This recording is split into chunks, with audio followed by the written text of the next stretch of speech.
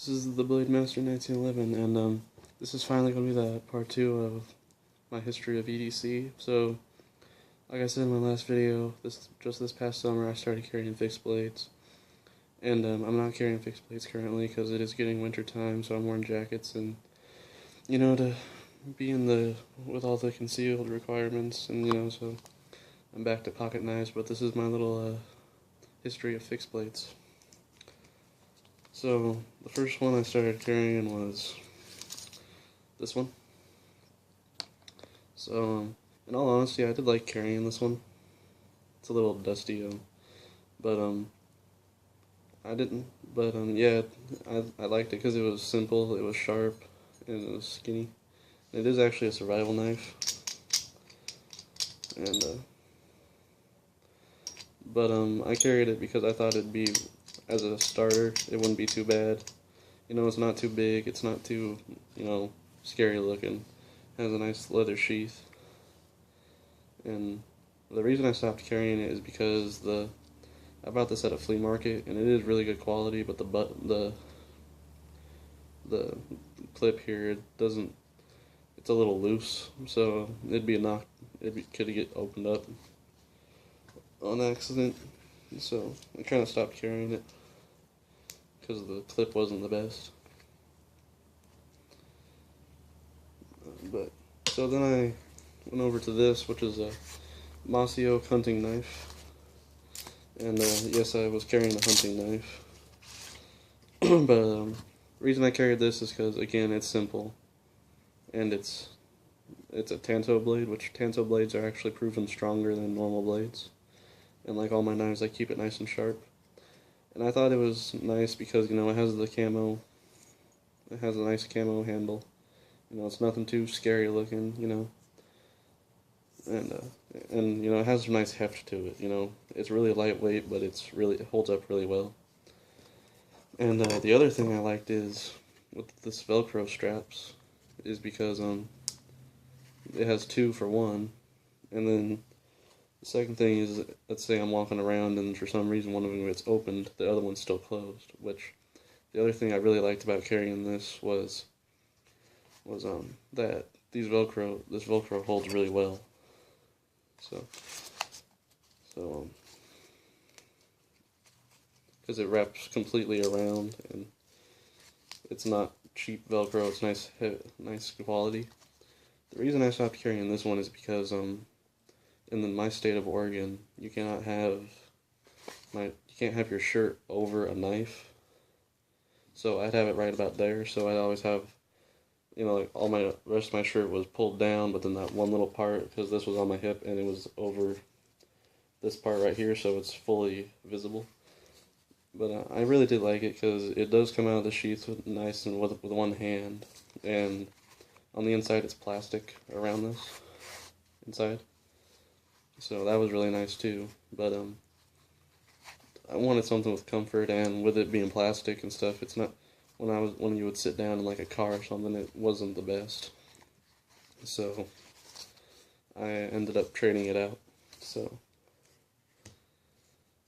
I went on to I got into a bit bigger knife with this Bowie knife, which I got the summer before this last summer down in Reno, Nevada. And I've always liked Bowie knives, and I thought in my state of Oregon too, you can carry any size knife as long as it's not concealed without proper license. And I like this because it's a little bit more traditional. And the only thing I'd say untraditional is the serrations right here. It has a nice handle, it's nice wooden handle, which is kind of a classic. It has a nice weight, has a nice balance. But it's and it is Velcro, but the Velcro, they didn't make the strap long enough, so again, it would come undone really easily. But I did really like this, especially when I was like sitting down or something. Didn't feel like it was in the way. I could sit down with comfort, not having to adjust it. But the Velcro, they didn't, like I said, they didn't make this strap right here on top long enough, so it doesn't hold the best. Not a lot of it gets connected. And I was kind of sad to put it away, but it you know, I wanted something that's going to sit on my hip. It's going to be there, and it's going to be functional, even if it's just sitting in the sheath. But this wasn't the best part right here, so I traded out for this Bowie knife, which is, again, it's a mossy oak breakup country. So I went to this one because it is exactly like a traditional Bowie. You know, it has the nice stag handle. I don't think it's really stag, but it kind of looks like it. And it's more traditional because, you know, you look at modern day Bowies, they're a little bit more like this. I have another one that will be in a later video when I do my knife collection. But this is more traditional. It has the nice straight blade. It's, you know, it holds a good edge. And, you know, when you look at it, it looks really thin, but it actually fits really comfortably. And again, it has the two, and these held up really well. And so this was the last one I started carrying before I went back to pocket knives for the winter, just because I've always been a big fan of Bowie knives. And I've always liked traditional Bowie knives, which this is the one I've have closest to a traditional.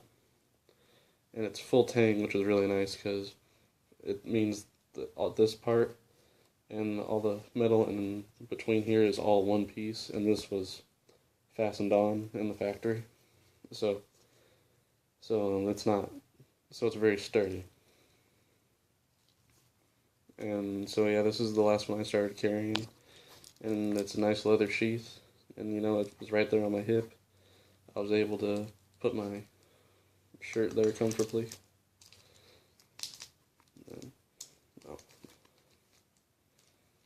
The reason I was carrying this one was because, you know, it was kind of the problem I had with this one. It wasn't too comfortable sitting up here. With this one, you can see the strap's all the way down here, so, you know, I mean, there'd be a little bit of my shirt up, but it's enough to be comfortable, and where I'm not sitting there having to adjust it. Because with this one, I was always afraid of my shirt. Like, if I were to raise my arms up or something, I was always afraid of my shirt kind of going over and covering it. Whereas when I went to this one, it was always right about here. So, because this part would sit on my belt, obviously, right about here. Then my shirt would go down in between. So, but like I said, that wasn't the best. So I know this was a quick little simple video. I might put another video up today. It would be either my pocket knife or my fixed blade collection. Or I might do both for the heck of it, because I haven't put up a video in a while since I put the first one up. But that's my little brief history on my fixed blade carry collection.